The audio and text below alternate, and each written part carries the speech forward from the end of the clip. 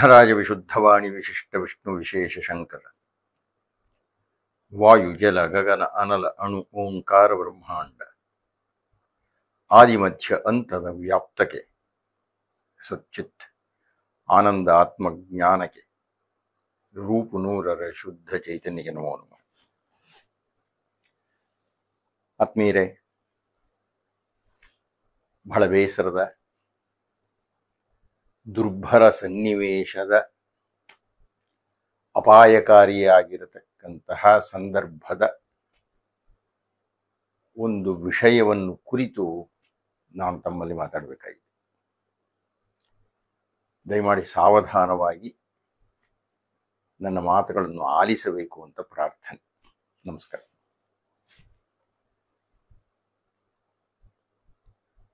ಇತ್ತೀಚೆಗೆ ಬಹಳ ಕಾಲದಿಂದ, ಕನಿಷ್ಠ ಒಂದು ತಿಂಗಳಿಂದ ಬಹಳ ಜಾಸ್ತಿಯಾಗಿ ನಾವೆಲ್ಲ ಕೇಳ್ತಾ ಇರತಕ್ಕಂತಹ ಒಂದು ಪದ ಅಂದರೆ ವಕ್ಫ್ ಬೋರ್ಡ್. ಮತ್ತು ಆ ವಕ್ಫ್ ಬೋರ್ಡ್ಗೆ ಕೇಂದ್ರ ಸರ್ಕಾರ ತರಬೇಕು ಅಂತ ಇರತಕ್ಕಂಥ ತಿದ್ದುಪಡಿ. ಇದರ ಬಗ್ಗೆ ಒಂದೆರಡು ಮಾಹಿತಿಗಳನ್ನು ತಮ್ಮ ಮುಂದೆ ಇಟ್ಟು ನಾನೊಂದು ಪ್ರಾರ್ಥನೆಯನ್ನು ಮಾಡಬೇಕಾಗಿದೆ. ವಕ್ಫ್ ಅನ್ನತಕ್ಕಂಥದ್ದು ಅರಬ್ಬಿ ಪದ. ಅದರ ಅರ್ಥ ಧಾರ್ಮಿಕರಾಗಿ ಇಸ್ಲಾಂ ಧರ್ಮದಲ್ಲಿ ನಂಬಿಕೆ ಇಟ್ಟುಕೊಂಡಿರತಕ್ಕವರು ಕೊಟ್ಟ ದಾನದಿಂದ, ಯಾವುದೇ ತರಹದ ಆಸ್ತಿ ದಾನದಿಂದ ಧಾರ್ಮಿಕ ಕಾರ್ಯಕ್ರಮಗಳನ್ನು ಮಾಡಬೇಕು. ಅದು ವಕ್ಫ್ನ ಅರ್ಥ. ಅಂದ್ರೆ ಧರ್ಮ ಮೂಲವಾಗಿರತಕ್ಕಂತಹ ಅಪೇಕ್ಷೆ. ಪ್ರಪಂಚದ ಬೇರೆ ಬೇರೆ ರಾಷ್ಟ್ರಗಳಲ್ಲೆಲ್ಲ ವಕ್ಫ್ ಅನ್ನೋದು ಆ ಅರ್ಥದಲ್ಲಿ ಜಾರಿಯಲ್ಲಿದೆ. ಯಾರೋ ಇರತಕ್ಕಂಥವ್ರು ಕೊಡ್ತಾರೆ, ಅದನ್ನು ಬಡವರಿಗೋ ಮಸೀದಿ ಕಟ್ಟೋದಕ್ಕೋ ಅಥವಾ ಸ್ಮಶಾನಗಳನ್ನು ನಿರ್ಮಾಣ ಮಾಡೋದಕ್ಕೋ ಇಂಥದ್ದಕ್ಕೆಲ್ಲ ಅವರು ಖರ್ಚು ಮಾಡ್ತಾರೆ. ಸಹಜವೇ, ಅದರೊಳಗೇನು ಪ್ರಶ್ನೆ ಕೇಳಬೇಕಾದ್ದಿಲ್ಲ.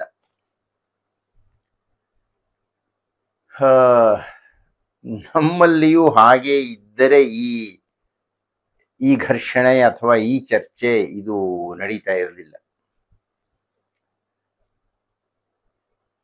ನಮ್ಮಲ್ಲಿ ವಕ್ಫ್ ಮಂಡಳಿ ಅಂತ ಒಂದು ಬಂತು.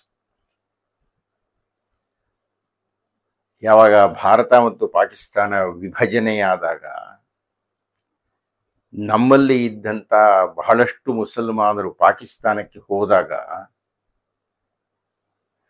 ಆ ಮುಸಲ್ಮಾನರ ಆಸ್ತಿಗಳು ನಮ್ಮಲ್ಲಿ ಹಾಗೆ ಉಳಿಯಿತು. ಅದನ್ನ ಇನ್ಯಾರಿಗೋ ಮುಸಲ್ಮಾನರಿಗೆ, ಬಡ ಮುಸಲ್ಮಾನರಿಗೆ ಅಥವಾ ಪಾಕಿಸ್ತಾನದಿಂದ ಬಂದಿರತಕ್ಕಂತಹ ಮುಸಲ್ಮಾನರಿಗೆ ಇಂಥವರಿಗೆ ಹಂಚಲಿಕ್ಕಾಗಿ ಈ ವಕ್ಫ್ ಮಂಡಳಿ ಅಂತ ಮಾಡಿದ್ರು. ಪ್ರಾರಂಭ ಆಗಿದ್ದು ಹಾಗೆ. ಆದರೆ ಅದು ಬರ್ತಾ ಬರ್ತಾ ಬರ್ತಾ ಈಗ ಯಾವ ಸ್ವರೂಪವನ್ನು ತಗೊಂಡಿದೆ ಅಂತ ಹೇಳಿದ್ರೆ, ಆನಂತರದ ರಾಜಕೀಯ ಪ್ರಮುಖರುಗಳು ಪಂಡಿತ್ ಜವಾಹರ್ಲಾಲ್ ನೆಹರುವಿಂದ ಹಿಡಿದು ಪಿ.ವಿ. ನರಸಿಂಹರಾಯರ ತನಕ ಯಾವ ಸ್ವರೂಪಕ್ಕೆ ಆ ವಕ್ಫ್ ಮಂಡಳಿಯನ್ನ ರೂಪಿಸಿದರು ಅಂತ ಹೇಳಿದರೆ, ಇವತ್ತು ಅದರ ಸ್ಥಿತಿ ಹೇಗಿದೆ ಅಂದ್ರೆ, ಆ ವಕ್ಫ್ ಮಂಡಳಿ ಅನ್ನತಕ್ಕಂಥದ್ದು ಇಡೀ ಭಾರತದಲ್ಲಿ 30 ಕಡೆ ಇದೆ. ಆ ವಕ್ಫ್ ಮಂಡಳಿ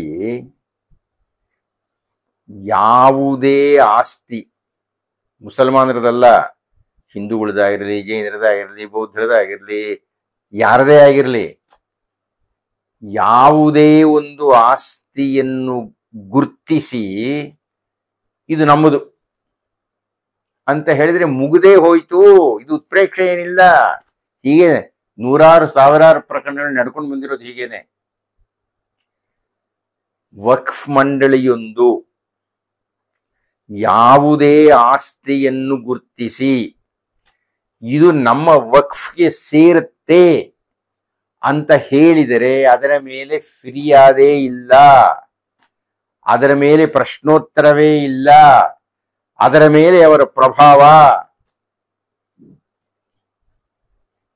ನಿಮಗೆ ಆಶ್ಚರ್ಯ ಆಗತ್ತೆ, ಅಕಸ್ಮಾತ್ ಜಮೀನಿನ ಬಗ್ಗೆ ಏನಾದರೂ ಸಮಸ್ಯೆ ಇದ್ರೆ, ನಮ್ಮ ಜಮೀನ್ ಪಕ್ಕದವ್ರಿಗೋ ನಮಗೋ ಏನೋ ಸಮಸ್ಯೆ ಇದ್ರೆ, ಅಥವಾ ನಮ್ಮ ಮನೆಯಲ್ಲಿ ಅಣ್ಣ ತಮ್ಮಂದರಿಗೆ ಸಮಸ್ಯೆ ಇದ್ರೆ, ಹೆಚ್ಚು ಕಮ್ಮಿ ಆಗಿದೆ ಅಂದ್ರೆ ನಾವು ನ್ಯಾಯಾಲಯಕ್ಕೆ ಹೋಗ್ತೀವಿ, ಇಲ್ಲಿ ಹೋಗುವಂತಿಲ್ಲ.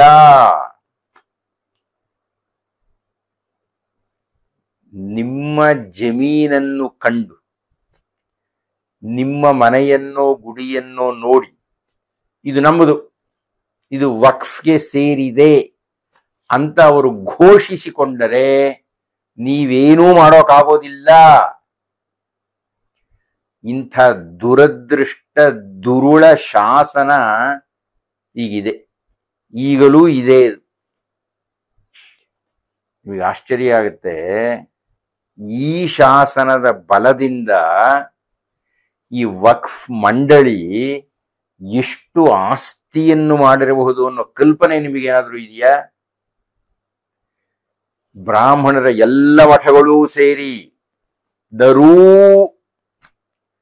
ಒಕ್ಕಲಿಗರ ಎಲ್ಲ ಮಠಗಳೂ ಸೇರಿದರೂ, ಜೈನರ ಎಲ್ಲ ಬಸದಿಗಳೂ ಸೇರಿದರೂ, ಬೌದ್ಧ ವಿಹಾರಗಳೆಲ್ಲ ಸೇರಿದರೂ, ಲಿಂಗಾಯತರ ಶಕ್ತಿ ಪ್ರದರ್ಶನವಾಗಬಹುದಾದಂಥ ಎಲ್ಲಾ ಆಸ್ತಿಗಳು ಸೇರಿದರೂ ವಕ್ಫ್ ಮಂಡಳಿಯ ಹತ್ತಿರ ಇರುವಷ್ಟು ಜಮೀನು ಎಲ್ಲೂ ಇಲ್ಲ. 9,40,000 ಎಕರೆಯಷ್ಟು ಜಾಗ ವಕ್ಫ್ನಲ್ಲಿದೆ. ಯಾರ ಹತ್ರಲ್ಲೂ ಇಲ್ಲ, ಬೇರೆ ಯಾವ ಮಠದಲ್ಲೂ ಇಲ್ಲ. 9,40,000 ಎಕರೆಗಳಷ್ಟು ಜಾಗವನ್ನ ಅವರು ಹೊಂದಿದ್ದಾರೆ. ಹೆಸರಿಗೆ ಅಲ್ಪಸಂಖ್ಯಾತರು ಅಲ್ಪಸಂಖ್ಯಾತರು ಅಲ್ಪಸಂಖ್ಯಾತರು ಅಂತ ಮುಸಲ್ಮಾನರನ್ನು ಗುರುತಿಸಿದರೂ, ಹಾಗಂತ ನಮಗೆ ಮುಂಗುಬೂದಿ ಎರಚಿದ್ದರೂ, ತಾವೆಲ್ಲ ದಯವಿಟ್ಟು ತಿಳ್ಕೊಳ್ಬೇಕಾದ್ದು, ಅತ್ಯಂತ ಸ್ಥಿತಿವಂತರು ಹೇಳ್ತಾರೆ, ಭಾರತದಲ್ಲಿ ಅತ್ಯಂತ ಹೆಚ್ಚಿನ ಜಮೀನನ್ನು ಹೊಂದಿರತಕ್ಕಂಥ 3ನೇಯವರು ಅವರು ಅಂತ ಹೇಳ್ತಾರೆ. ದಯವಿಟ್ಟು ಗಮನಿಸಿ, ಅತ್ಯಂತ ಕಡಿಮೆ ಸಂಖ್ಯೆ ಇದೆ ಅಲ್ಪಸಂಖ್ಯಾತರು ಅನ್ನುವ ಮುಸಲ್ಮಾನರು ಭಾರತದ 2ನೆಯ ಅತಿ ದೊಡ್ಡ ಜನಸಂಖ್ಯೆಯನ್ನು ಹೊಂದಿರತಕ್ಕವರು. ಇಂತಹ ಮುಸಲ್ಮಾನರಿಗೆ ನಮ್ಮ ಹಿಂದಿನ ರಾಜಕಾರಣಿಗಳು ಇಂತಹ ಅವಕಾಶವನ್ನು ಕೊಟ್ಟು ಬಿಟ್ಟರು.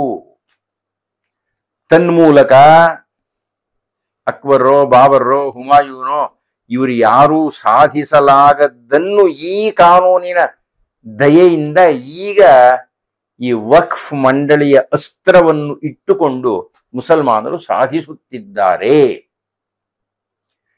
ಹೀಗೆ ಇದು ಮುಂದುವರಿದರೆ ದಯವಿಟ್ಟು ಮುಂದಿನ ಮಾತನ್ನ ಆಲಿಸಿ.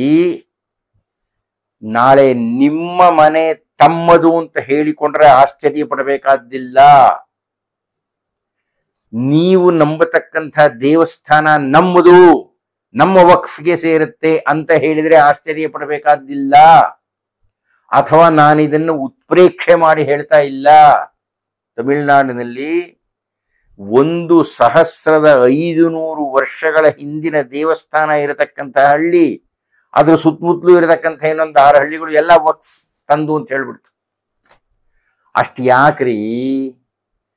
ಭಾರತದ ಅತ್ಯಂತ ಶ್ರೀಮಂತ ಮನೆ ಅಂತ ಕರೆಸ್ಕೊಂಡಿರತಕ್ಕಂಥದ್ದು ಅಂಬಾನಿ ಮನೆ, ಅದು ನಮ್ಮದು ಅಂತ ಹೇಳ್ತಾ ಇದೆ ವಕ್ಫ್ ಮಂಡಳಿ. ಅಷ್ಟ್ಯಾಕೆ ನಮಗೆ ಅರ್ಥ ಆಗ್ಬೇಕಾದ್ರೆ ವಿಧಾನಸೌಧವೇ ಅವರದು ಅಂತ ಹೇಳ್ಕೊಂಡಿದೆ. ಅಂದ್ರೆ ಹೀಗೆ ಏನಾದರೂ ಈ ವಕ್ಫ್ನ ಪ್ರಭಾವ ಬೆಳೆದು ಬಿಟ್ಟರೆ ನಾವು ನೀವು ಎಲ್ಲ ನಾಶವಾಗಿ ಬಿಡ್ತೀವಿ, ಏನದರೊಳಗೆ ಸಂದೇಹವಿಲ್ಲ. ಹೀಗೆ ಆಗಬಾರದು ಅಂತ ಹೇಳಿ ಭಾರತ ಹುಟ್ಟಿದಾಗಿನಿಂದ ಯಾವ ಗಂಡು ಮಾಡದ ಧೀರ ಪ್ರಯತ್ನವನ್ನ ಸಿಂಹಗುಂಡಿಗೆಯ ಮತ್ತ ಗಜದಂತೆ ನಡೆಯತಕ್ಕಂತಹ ಮಹಾತ್ಮ ಮೋದಿಯವರು ಈ ವಿಷಯವನ್ನು ಕೈಗೆ ಎತ್ತುಕೊಂಡಿದ್ದಾರೆ. ವಕ್ಫ್ ವಿಷಯ ಮಾತಾಡೋಕಾಗ್ತಿತ್ತೇನ್ರಿ ಯಾರ ಕೈಲಾದ್ರೂ? ಮುಸಲ್ಮಾನರನ್ನ ಎದುರಿಸ್ಕೊಳ್ತಕ್ಕಂಥದ್ದು ಆಗ್ತಿತ್ತೇನ್ರಿ? ಗೊತ್ತು ಅದನ್ನು ಮುಟ್ಟಿದ್ರೆ ಸಾಕು ಬೆಂಕಿ ಅಂತ, ಆದರೆ ಬೆಂಕಿನ ನುಂಗ್ಬಿಡ್ತೀನಯ್ಯ ಅನ್ನುವಷ್ಟು ಛಲದಿಂದ ಸನ್ಮಾನ್ಯ ಮೋದಿಯವರು ಆ ಒಂದು ಕೆಟ್ಟ ಹುಳುವಿಗೆ ಅಂಕುಶ ಹಾಕಬೇಕು ಅಂತ ನಿರ್ಣಯ ಮಾಡಿದ್ರು. ಹಾಗೆ ಮಾಡಿ ಆ ವಕ್ಫ್ ಮಂಡಳಿಗೆ ಸುಮಾರು 40 ತಿದ್ದುಪಡಿಗಳನ್ನು ತರಬೇಕು ಅಂತ ಈಗ ಹೋರಾಟ ನಡೀತಾ ಇದೆ.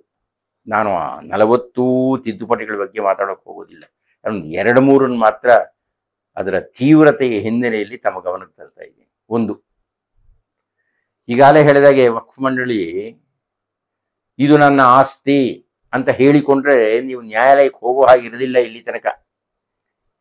ಈಗ ಏನಾದರೂ ಅವರು ಅದನ್ನು ಕಾನೂನಾಗಿ ಮಾಡ್ಲಿಕ್ಕೆ ಸಾಧ್ಯ ಆದರೆ ಸನ್ಮಾನ್ಯ ಮೋದಿಯವರಿಗೆ ಇನ್ನು ಮೇಲೆ ಆ ರೀತಿ ಕಂಡಿದ್ದೆಲ್ಲ ನಮ್ಮದು ನಮ್ಮದು ನಮ್ಮದು ಅಂತ ಹೇಳಿಕೊಳ್ಳತಕ್ಕಂಥ ವಕ್ಫ್ ಮಂಡಳಿಯನ್ನು ಪ್ರಶ್ನೆ ಮಾಡಲಿಕ್ಕೆ ನ್ಯಾಯಾಲಯಕ್ಕೆ ಹೋಗಬಹುದು.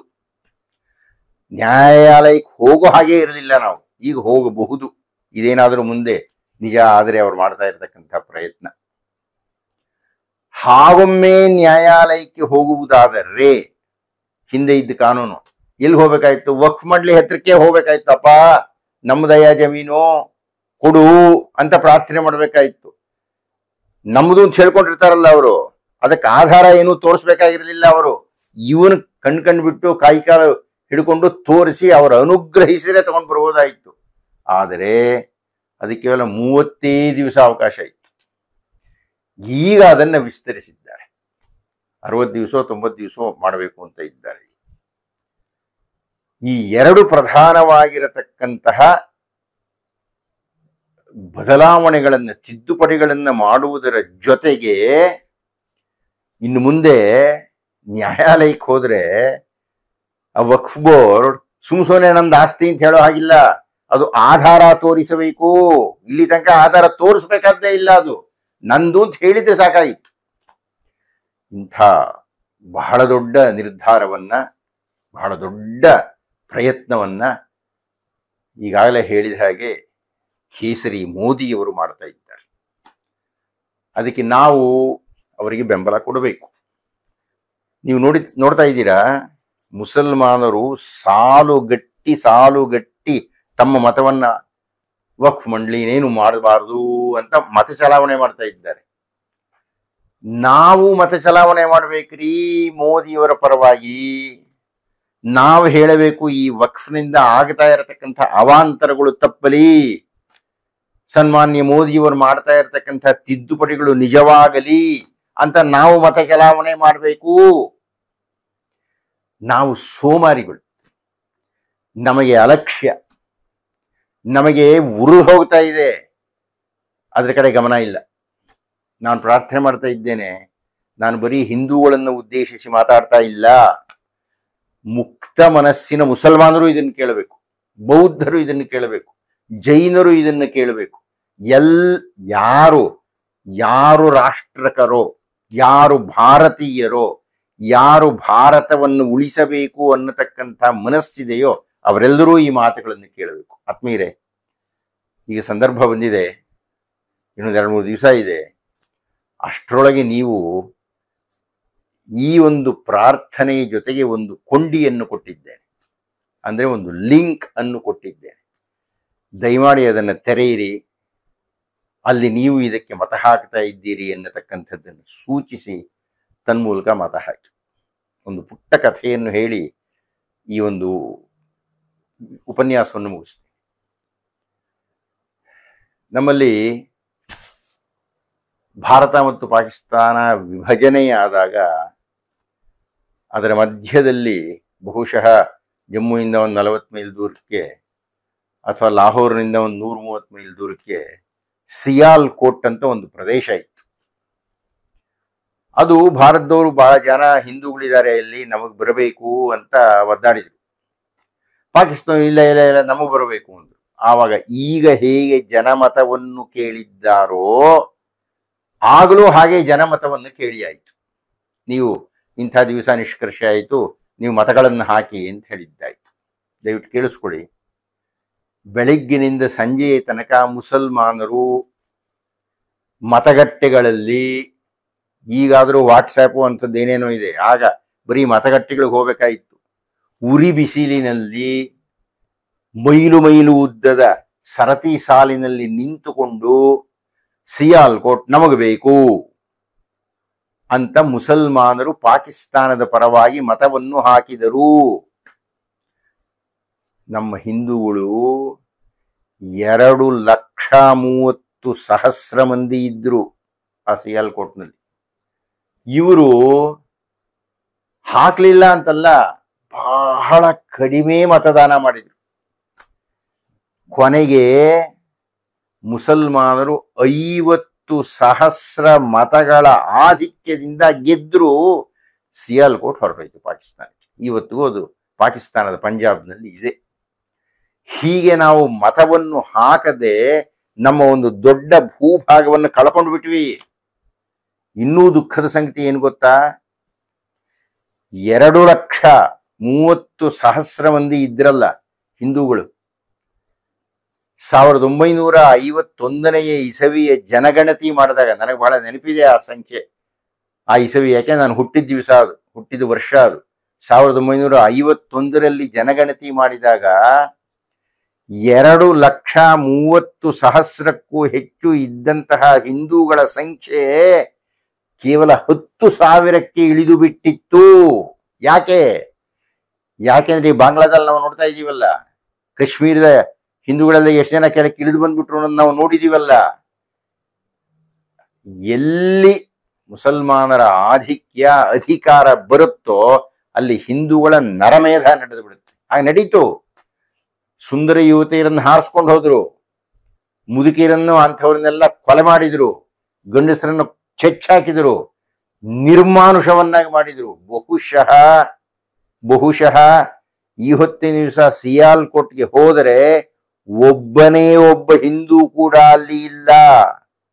2.5 ಲಕ್ಷದಷ್ಟು ಜನ ಇದ್ದ ಜಾಗದಲ್ಲಿ ಒಬ್ಬ ಹಿಂದೂ ಇಲ್ಲ ಇವತ್ತಿನ ದಿವಸ. ದಯವಿಟ್ಟು ಗಮನಿಸಿ, ನಾವು ನಮಗೆ ಸಿಕ್ಕ ಈ ಅವಕಾಶವನ್ನು ಉಪಯೋಗಿಸಿಕೊಳ್ಳದೇ ಹೋದರೆ, ನಾವು ಮೋದಿಯವರಿಗೆ ಬೆಂಬಲ ಕೊಡದೇ ಹೋದರೆ ನಾಳೆ ಅದೇ ಸ್ಥಿತಿ ನಮಗೂ ಬಂದರೂ ಬರಬಹುದು. ಹಾಗಾಗಬಾರ್ದಲ್ವಾ? ದಯವಿಟ್ಟು ನೀವು ಮೋದಿಯವರನ್ನು ಬೆಂಬಲಿಸಿ, ನಿಮ್ಮ ಮತವನ್ನು ಕೊಡಿ. ವಕ್ಫ್ ಅನ್ನತಕ್ಕಂಥ ಉರುಳಿನಿಂದ, ವಕ್ಫ್ ಅನ್ನತಕ್ಕಂಥ ಕಾಡ್ಗಿಚ್ಚಿನಿಂದ ನಿಮ್ಮನ್ನು ನೀವು ಪಾರು ಮಾಡಿಕೊಳ್ಳಿ ಅಂತ ಪ್ರಾರ್ಥನೆ ಮಾಡ್ತಾ ನನ್ನ ಮಾತನ್ನು ಮುಗಿಸ್ತಾ ಇದ್ದೀನಿ. ನಮಸ್ಕಾರ.